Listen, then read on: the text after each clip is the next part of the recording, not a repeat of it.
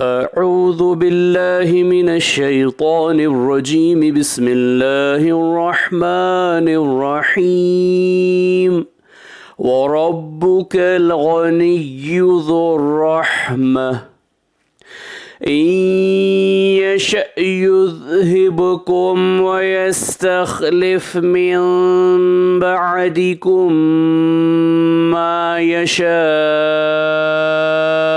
كما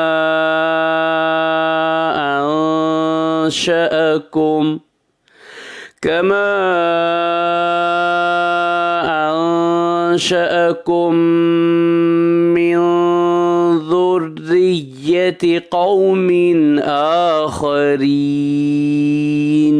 सूरह नाम आयत नंबर 133।